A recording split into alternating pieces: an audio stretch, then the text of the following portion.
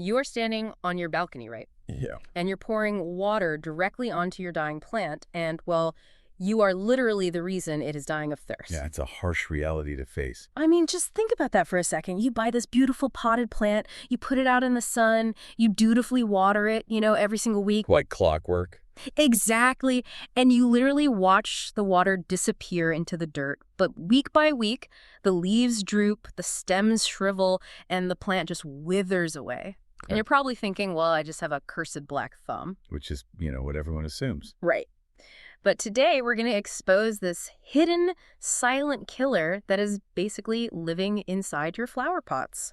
Welcome to the deep dive, everyone. Thanks for having me. And yeah, it is an incredibly common phenomenon. And it creates this this perfect illusion. Because you are providing the exact resource that the plant needs to survive. Right. Water. Yeah. You physically see the water vanishing into the pot. So your brain tells you, okay, I've done my job. But underneath the surface, your plant is stranded in an absolute desert. We are talking about a condition called hydrophobic soil. And our mission today is to completely deconstruct this. And just as a heads up, we are stripping away all the context of where our source notes came from today. Right. Yeah, we're totally skipping past the author's background, the website details, all of that. Exactly, because we need to focus 100% on the pure, fascinating, and honestly infuriating science of dirt that just refuses to drink. We want to know exactly why soil suddenly rejects water, and then we're going to walk through the specific actionable science to actually reverse it. Well, to understand the reversal, we really have to understand the mechanics of the illusion first. When this hydrophobic condition takes over, and the word literally means water-fearing, the fundamental physics of your potted plant actually change. Okay, so what does that look like in action? So you pour the water from your watering can, it hits the surface of the soil, but instead of penetrating downward into the dirt to, reach the roots, it immediately seeks the path of least resistance. And in a standard, like, plastic or terracotta flower pot, that path of least resistance is just the edges, right? Precisely. The water travels horizontally across the surface of the dirt until it hits the inner wall of the pot, and then it just rushes straight down the sides. It completely bypasses the center mass. I was reading the source materials on this, and the realization genuinely blew my mind. Oh, it's wild. The actual root ball of the plant, the living, breathing heart of the thing that desperately needs moisture, is left absolutely bone dry. You can stand there and empty an entire watering can, watch the water drain out the bottom hole, and think, hey, I'm a great plant parent. Yeah, but in reality, you have only watered the plastic rim of the pot. That is just so tragic. It creates a massive false positive for the observer. I mean, the water entered the top and exited the bottom. Yeah. But the internal reality is that the soil mass itself has become this impenetrable fortress. It's like the soil accidentally put on a heavy-duty rain jacket. That's a great way to put it. The water just beads up and cascades right off the sides, completely protecting the one thing underneath that actually needs to get wet. But, this brings up a massive question. Dirt is supposed to be nature's sponge. Right. That is its entire job description. How does organic dirt suddenly get a wax job? Like, why does it put on the rain jacket in the first place? Well, we have to look at what modern potting soil actually is. The source identifies specific culprits, pointing directly to commercial potting mixes that are incredibly heavy in peat moss or coco coir. Which is basically every bag of potting soil you buy at a hardware store. Peat moss and coco coir are the default base layers. They are, yeah. They are the industry standard because, well, under normal conditions, they are exceptional at holding moisture. Peat moss, for instance, can hold something like 20 times its dry weight in water. Wow. 20 times? Yeah. Its cellular structure is essentially a network of microscopic water balloons. But, and this is the crucial part, there is a critical trigger that causes this system to undergo a catastrophic failure. And that is allowing the material to dry out completely. And we aren't just talking about skipping one watering here. We are talking about bone dry, dust in the wind dry. Complete moisture depletion. When peat moss or coco coir dry out to that extreme degree, they undergo a really severe physical and chemical transformation. Yeah. On a physical level, the material actually shrinks. It shrinks. Yeah, the cellular walls collapse inward because there is basically no water pressure holding them open anymore. Oh, and that shrinkage is what creates that visible gap. Like, if you're listening to this and looking at a sad houseplant right now, you might actually see this. The dirt literally pulls away from the sides of the container. Exactly. It creates a little moat around the soil. A mode of death. Pretty much. That moat is your first visual warning sign. The mass of the soil has contracted. But honestly, the chemical change is even more insidious. As the organic matter breaks down and dries out completely, the waxes and lipids that naturally occur in plant materials, things like lignin, they become exposed. Wait, so the dirt actually does get a wax job? In a manner of speaking, yeah, it does. When the peat moss is hydrated, water molecules mask these waxy substances. But when it is completely parched, those waxy, water-repelling molecules dictate the surface tension. That is wild. The soil's surface tension fundamentally changes. It no longer welcomes moisture. It actively repels it, causing water to beat up just like, rain on a freshly waxed car. So you have this shrunken, waxy brick sitting in the middle of your flower pot, surrounded by a moat. You pour water in, it hits the waxy surface, slides into the moat, and drains away. And the roots get absolutely nothing. Nothing at all. But the source materials point out that the dryness is really only half the problem, right? There is a secondary chemical exacerbation happening, and it makes the situation so much worse over time. Oh, definitely. The problem compounds itself rapidly, and it actually has to do with the very inputs we use to keep the plant alive. Go on.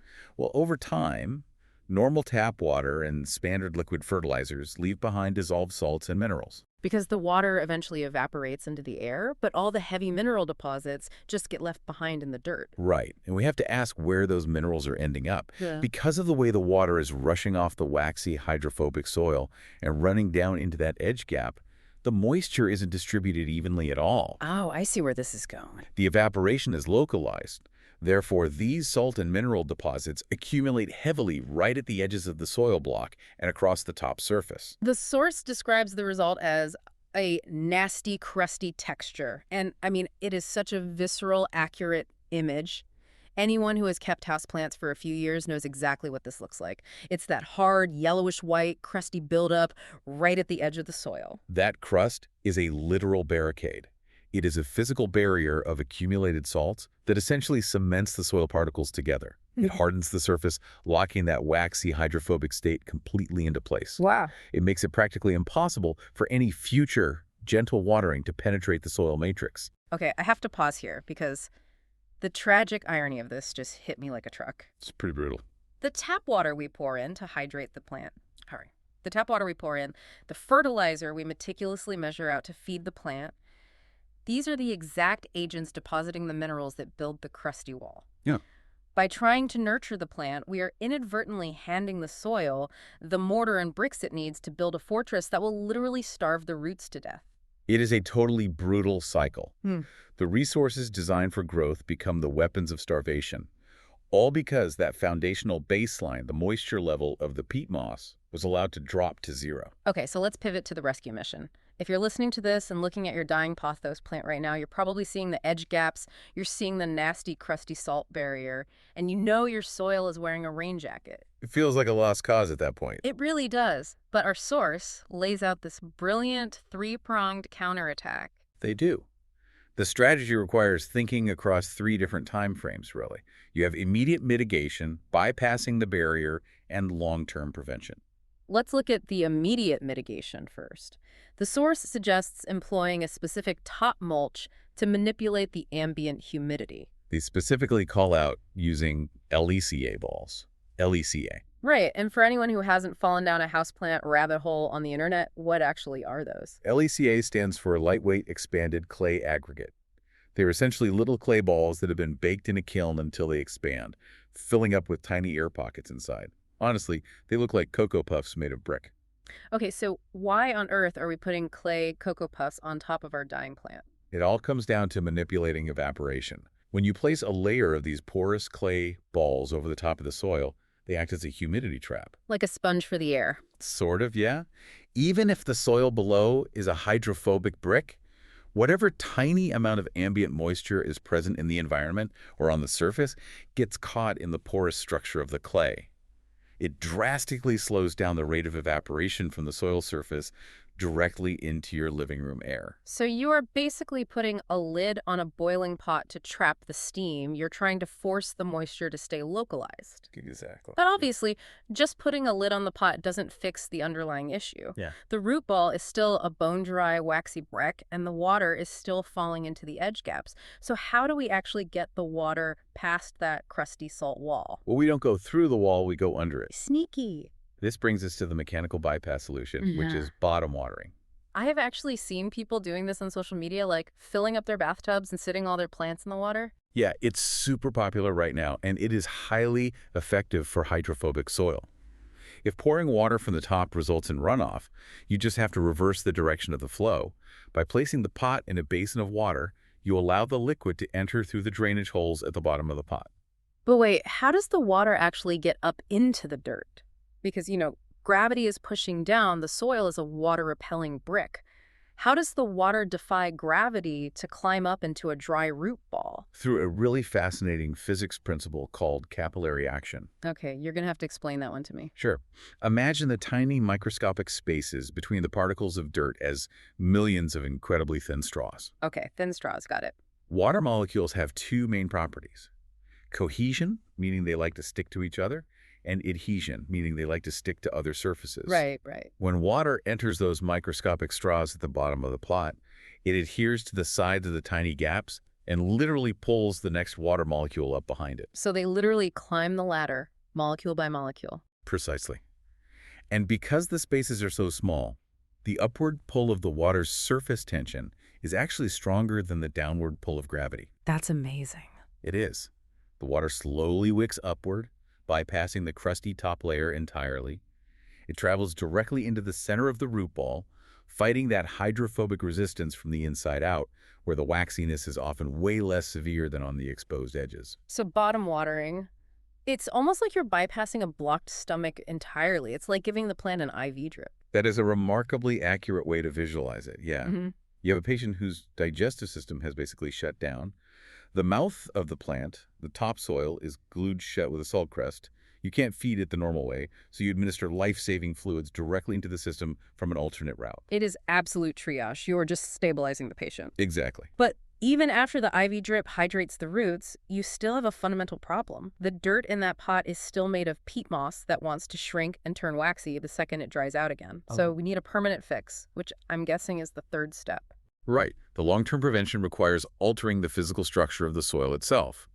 The source emphasizes that you need to adjust the potting mix by incorporating more organic matter. Hold on. Wait, stop. I need to call a massive timeout here. That's up. You just spent the last 10 minutes explaining to me that peat moss and coco coir are the entire reason this happens, and peat moss and coco coir are organic matter. Now you're telling me the cure for the disease is to add more organic matter. That makes zero sense. I know. It sounds totally contradictory until we distinguish between the types of organic matter and what they actually do to the soil structure. Okay, lay on me. So peat moss is incredibly uniform. It is essentially millions of identical tiny sponges. When they all dry out, they all shrink together, interlocking into that dense, waxy brick we talked about. The organic matter the source is advocating for is about creating structural diversity and introducing microbial life. Okay, so we aren't just adding more spongy dust. What are we adding? We're adding things like chunky compost, worm castings, or decomposed bark. When you introduce compost, you aren't just adding dead sponges, you are adding active biology. Microbes actually help break down those waxy lipid layers that form on the peat moss. So the microbes literally eat the rain jacket. In a way, yes. They improve the soil chemistry over time. Furthermore, adding irregular, chunky materials like small pieces of bark, or even inorganic additions like perlite and pumice alongside the compost, physically interrupts the peat moss. It acts like scaffolding. Oh, I see it now. The chunky stuff prevents the tiny particles of peat moss from fusing together into a solid block. Exactly. Even if the peat moss dries out and tries to shrink, the rigid chunks of bark and the diverse structure of the compost hold the space open. The soil remains aerated. It breathes. That makes perfect sense. The compaction cycle is broken, meaning the soil literally can't physically pull away from the edges to create those gaps in the first place. Let's go back to our medical analogy then. If the bottom watering is the emergency IV drip that keeps the dying patient alive today, Then amending the soil with chunky compost and bark is the long-term lifestyle and diet change. Yes, exactly. You are fixing the patient's actual diet so their system doesn't get completely compacted and shut down again in the future. The IV saves the life, the diet change ensures the health, and the LECA balls on top act as a bandage, protecting the healing process while the environment stabilizes.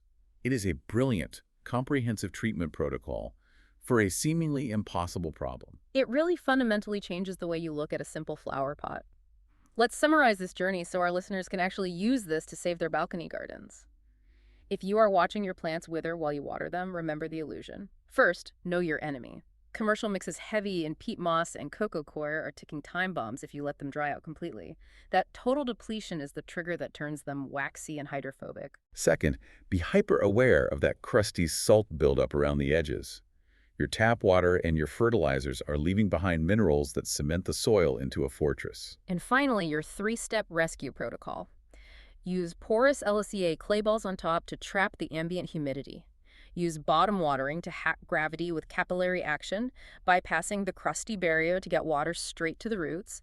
And long-term, repot the plant with chunky, diverse organic matter like compost and bark to stop the soil from fusing into a waxy brick ever again. When you lay it all out like that, it reveals just how complex the physical and chemical dynamics are right beneath the surface of something so seemingly mundane.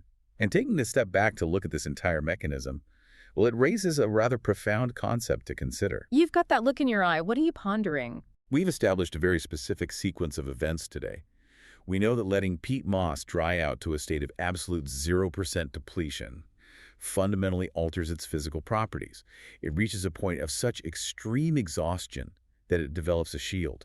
It actively repels the very water it desperately needs to survive. It pushes away the cure. Yeah, the waxy layer. It literally rejects the life-saving help. It does, and honestly, it forces me to wonder, how often do we observe this exact same phenomenon in human behavior? Oh, wow, that is. Yeah. When people are pushed beyond their limits, when they reach a state of absolute, total burnout and emotional depletion, does it fundamentally alter how they process support?